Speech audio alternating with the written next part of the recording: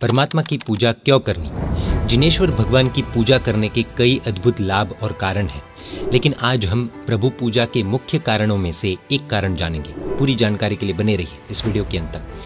आपको बता दें, यह जानकारी हमने ली है युग प्रधान आचार्य संत परम पूज्य पन्यास प्रवर श्री चंद्रशेखर विजय जी महाराज साहब के शिष्य रत्न श्रुत प्रेमी परम पूज्य आचार्य भगवान श्री जीत रक्षित सुरेश्वर जी महाराज साहब के शिष्य रत्न परम पूज्य पन्यास प्रवर श्री आर्य रक्षित विजय जी महाराज साहब द्वारा लिखित पूजा किस लिए पुस्तक से। आज की new generation how and why से ही समझती है। कोई भी अनुष्ठान हो, हाउ एंड वाई ये जाने बिना उसे एक्सेप्ट नहीं करती है। युवा पीढ़ी की इस मानसिकता को ध्यान में रखते हुए गुरु भगवंत ने इस छोटी सी किताब में पूजा किस लिए करनी चाहिए, इस बात को लॉजिकली समझाने का बहुत ही अच्छा प्रयास किया है। यह पुस्तक हिंदी, गुजराती और इंग्लिश भाषा में उपलब्ध है। इस पुस्तक पर 18 अप्रैल 2024 से 14 जुलाई 2024 के बीच specially for youth world wide online quiz competition रखा गया है। जीतने वाले व्यक्ति को $1000 जितनी राशि इनाम के तौर पर दी जाएगी। आप दुनिया के किसी भी कोने से इस QR कोड को स्कैन कर अथवा www.aryarushi.com AARYARUSHI.com इस वेबसाइट पर विजिट कर इस कॉन्टेस्ट के लिए रजिस्टर कर सकते हैं।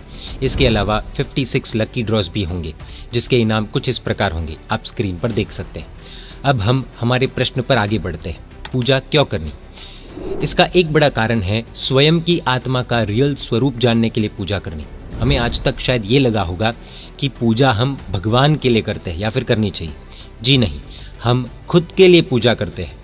जब हम किसी अच्छे ओकेशन में जाते हैं तो सुंदर कपड़े, गहने आदि पहनकर खुद को आईने यानी कि मिरर में क्यों देखते हैं? मैं कैसा लग रहा हूँ या लग रही हूँ, ये जानने के लिए, राइट? लेकिन ऐसा सोचना हमारा भ्रम है, क्योंकि गीतार्थ गुरु भगवंत बताते हैं कि शरीर और आत्मा ये दोनों अलग हैं। इसलिए हम आईने में अपना शरीर, गहने, कपड़े कैसे लग रहे हैं ये देखते हैं, लेकिन मैं यानी कि हमारी आत्मा तो आईने में दिखने वाली है ही नहीं। लेकिन अगर हमें अपनी आत्मा के स्वरूप के दर्शन करने हो तो क्या करना चाहिए? इस प्रश्न का उत्तर जानने से पहले हमें ये जानना होगा कि हमें हमारा आत्म स्वरूप क्यों जानना चाहिए। इस संसार में हम ज्यादातर दुखी ही रहते हैं। कुछ क्षणों के लिए सुख आता है, लेकिन कुछ न कुछ तकलीफ दरवाजे पर तैयार ही रहती है और हम दोबारा दुखी हो जाते हैं। हमारे दुख का मेन कारण ये होता है कि हमें जो चाहिए वो हमें नहीं मिलता या फिर हमने उसे खो दिया हो, जैसे कि healthy body, bank balance, name, fame, status, person आदि। लेकिन क्या ये सभी चीज़ें रियल में हमारी अपनी हैं? नहीं। वो कैसे? तो गुरु भगवंत बताते हैं कि हमारी डेथ के बाद, मृत्यु के बाद हमारे साथ वो ही चीज़ें जाती है जो एक्चुअल में हमारी होती है। जो हम यहाँ पर छोड़कर चले जाते हैं वो हमारा कैसे हो सकता है? Bank balance, name, fame, status आदि मृत्यु के बाद हमारे साथ नहीं ही आएगा, तो वो हमारा कैसे हुआ? देखिए, व्यवहार में भले हमें जिम्मेदारियां निभानी पड़ती हो, पैसे कमाने पड़ते हो, भाग दौड़ करनी पड़ती हो, लेकिन माइंड में क्लैरिटी पक्की होनी चाहिए कि जो हमारा है ही नहीं उसके पीछे दिन रात हम मेहनत कर रहे हैं, भाग दौड़ कर रहे हैं, चिंता कर रहे हैं। ये सच्चाई मृत्यु के समय अवश्य हर एक व्यक्ति को रियलाइज होती ही है। प्रश्न उठ सकता है कि अपना क्या है और पराया क्या है, वो हमें कैसे पता चलेगा? तो वो जानने के लिए ही हमें अपना आत्म स्वरूप जानना जरूरी है। अगर हम एक बार आत्म स्वरूप को पहचान गए तो बहुत से दुखों से हम ऐसे ही बाय डिफॉल्ट बिना कुछ किए दूर हो सकते हैं। माइंड के लेवल पर तो बिल्कुल हो सकते हैं।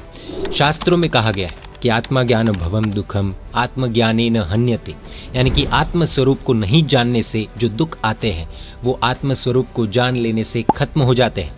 खुद के आत्म स्वरूप को कैसे जानना? खुद की रियलिटी क्या है? हमें स्वयं की आत्मा के स्वरूप को अगर जानना है, समझना है, तो हमें हमारे संग में विराजमान देवाधिदेव अरिहंत परमात्मा के मंदिर में जाना होगा, क्योंकि जिनालय में शोभायमान तीर्थंकर परमात्मा और हमारी आत्मा का स्वरूप एक ही है।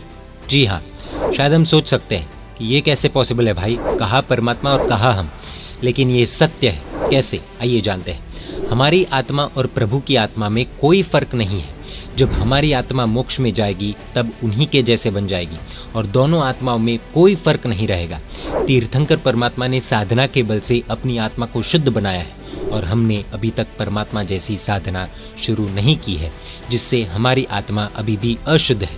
बाकी तो हमारी आत्मा का मूल स्वरूप मंदिर में विराजमान परमात्मा की आत्मा के जैसा ही है। जिस तरह परमात्मा हिंसा नहीं करते, उसी तरह हमारी आत्मा का रियल स्वभाव अहिंसा का ही है। जिस तरह परमात्मा गुस्सा नहीं करते, उस तरह हमारी आत्मा भी रियल में बिना गुस्से की यानी कि क्षमावान है।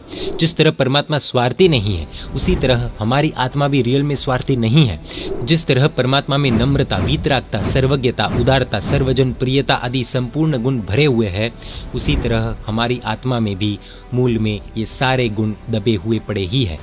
जैसे जैसे हम परमात्मा की तरह साधना में आगे बढ़ेंगे, वैसे वैसे ये सभी गुण हमारी आत्मा में से बाहर प्रकट होते रहेंगे और एक दिन जरूर ऐसा आएगा कि हमारी आत्मा भी परमात्मा बन जाएगी।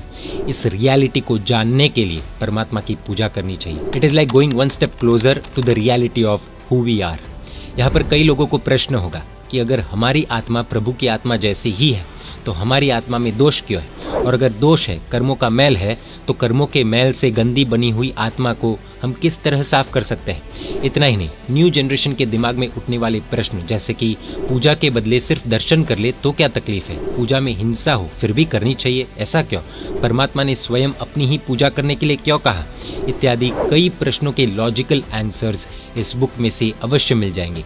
पुस्तक प्राप्त करने के लिए और कॉन्टेस्ट में रजिस्टर करने के लिए ये वेबसाइट विजिट कर सकते हैं www.aryarushi.com। अधिक जानकारी के लिए वेबसाइट पर चैट सपोर्ट में अपनी क्वेरीज भेज सकते हैं।